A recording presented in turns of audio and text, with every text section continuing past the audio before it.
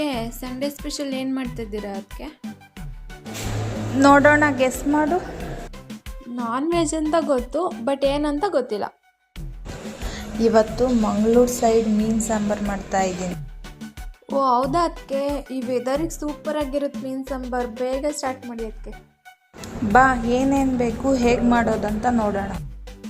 Hi hello friends, welcome back to tasty kitchen with ಅದಕ್ಕೆ ನಾದಿನಿ YouTube channel. Friends, ನಮ್ಮ ಅದಕ್ಕೆ ಇವತ್ತು ಮಂಗಳೂರು ಸ್ಟೈಲಲ್ಲಿ ಮೀನು ಸಾಂಬಾರು ಮಾಡ್ತಿದ್ದಾರೆ. ನನಗಂತೂ ಈ ಥರ ಮೀನು ಸಾಂಬಾರು ತುಂಬ ಇಷ್ಟ. ನಿಮಗೂ ಇಷ್ಟ ಆಗಬೇಕಂದ್ರೆ ವಿಡಿಯೋನ ಕೊನೆವರೆಗೂ ನೋಡಿ, ನೀವು ಒಂದ್ಸಲ ಟ್ರೈ ಮಾಡಿ. ಮೀನು, ಟೊಮೊಟೊ, ಕಾಯಿ ತುರಿ, ಎಣ್ಣೆ, ಕಡಲೆ, ಉಪ್ಪು, ಅರಿಶಿಣ, ಓಂಕಾಳು, ನೆನೆಸಿಟ್ಟಿರೋಂಥ ಹುಣಸೆಹಣ್ಣು, ಸಾಂಬಾರು ಪೌಡರ್, ಈರುಳ್ಳಿ, ಶುಂಠಿ, ಬೆಳ್ಳುಳ್ಳಿ, ಕೊತ್ತಂಬರಿ. ಒಂದು ಮಿಕ್ಸಿ ಜಾರಿಗೆ ಒಂದು ಸ್ವಲ್ಪ ಕಾಯಿ ತುರಿ ಹಾಕೊಳ್ಳೋಣ. ಜಾಸ್ತಿ ಬೇಡ, ಒಂದು ಸ್ವಲ್ಪ ತಗೊಳ್ಳೋಣ ಸಾಕು. ಕಡಲೆ ಒಂದು 3-4 ಸ್ಪೂನ್ ಆಗೋಷ್ಟು. ಅದ್ರ ಜೊತೆಗೆ ನಾವು ಈರುಳ್ಳಿ, 1/4 ಇಂಚ್ ಆಗೋಷ್ಟು ಶುಂಠಿ ಹಾಕ್ಕೊಳ್ಳೋಣ. ಅದ್ರ ಜೊತೆ ಒಂದು ಸ್ವಲ್ಪ ಬೆಳ್ಳುಳ್ಳಿ, ಕೊತ್ತಂಬರಿ, ಮತ್ತು ಅದ್ರ ಜೊತೆಗೆ ಮೀನು ಸಾರಿಗೆ ತುಂಬ ಇಂಪಾರ್ಟೆಂಟು ಓಂಕಾಳು. ಅದ್ರ ಜೊತೆ ನೆನೆಸಿಟ್ಕೊಂಡಿರೋಂಥ ಹುಣಸೆಹಣ್ಣು, ಒಂದು 3-4 ಟೊಮೊಟೊ. ಅದು ಸ್ವಲ್ಪ ನೀರು ಸೇರಿಸ್ಕೊಂಡು ಮಿಕ್ಸಿಗೆ ಹಾಕ್ಕೊಳ್ಳೋಣ. ನಾವಿವಾಗ ಸ್ವಲ್ಪ ನುಣ್ಣಗಾಗೋ ತನಕ ರುಬ್ಕೊಂಡು ಇದಕ್ಕೆ ನಾವು ಸಾಂಬಾರು ಪೌಡ್ರ್ ಹಾಕ್ಕೊಳ್ಳೋಣ. ನಾನು ಮನೆಯಲ್ಲೇ ಮಾಡಿರೋಂಥ ಸಾಂಬಾರು ಪೌಡ್ರ್ ಹಾಕ್ಕೊತಿದ್ದೀನಿ. ಸಾಂಬಾರು ಪೌಡ್ರು ಇಲ್ಲ ಅನ್ನೋದಾದರೆ ನಾವು ಧನಿಯಾ ಪುಡಿ, ಅಚ್ಕಾರದ ಪುಡಿ ಹಾಕ್ಕೊಬೋದು.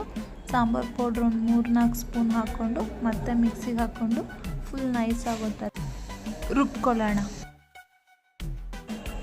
ಈಗ ಗ್ಯಾಸ್ ಆನ್ ಮಾಡಿಕೊಂಡು ಗ್ಯಾಸ್ ಮೇಲೆ ಒಂದು ಪಾತ್ರೆ ಇಟ್ಕೊಳ್ಳೋಣ.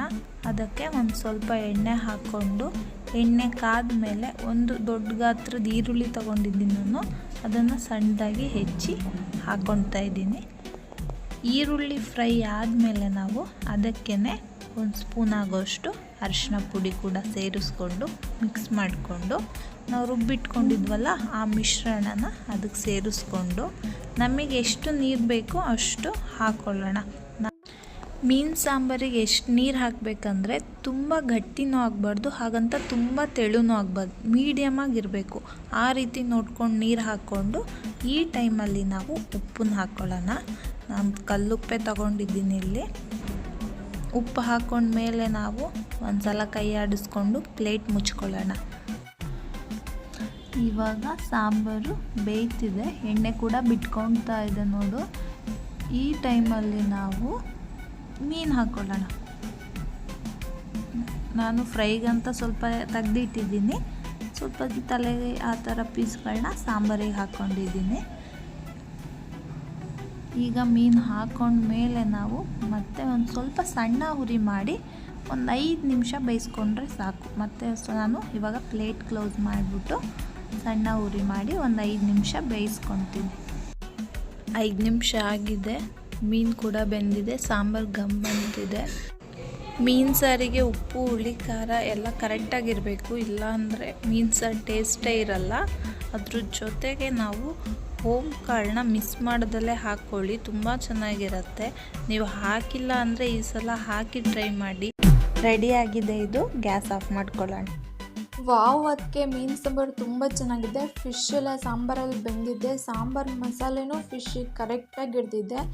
ಮೀನು ಸಾಂಬಾರು ಪರ್ಫೆಕ್ಟಾಗಿದೆ ಅದಕ್ಕೆ.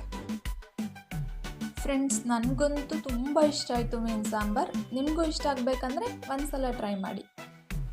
ಇದೇ ಥರ ಮೋರ್ ವೀಡಿಯೋಸ್ಗಾಗಿ ನೋಡಿ ಟೇಸ್ಟಿ ಕಿಚನ್ ವಿತ್ ಅದಕ್ಕೆ ನಾದಿನಿ. ಇನ್ನೂ ನಮ್ಮ ಚಾನಲ್ನ ಸಬ್ಸ್ಕ್ರೈಬ್ ಮಾಡ್ಕೊಂಡಿಲ್ಲ ಅಂದರೆ ಸಬ್ಸ್ಕ್ರೈಬ್ ಮಾಡಿ, ಲೈಕ್ ಮಾಡಿ, ಶೇರ್ ಮಾಡಿ, ಕಮೆಂಟ್ ಮಾಡಿ ಮತ್ತು ಪಕ್ಕದಲ್ಲಿರೋ ಬೆಲ್ ಐಕಾನ್ನ ಕ್ಲಿಕ್ ಮಾಡಿ. Thank you. ಅನ್ನದಾನ ಮಹಾದಾನ.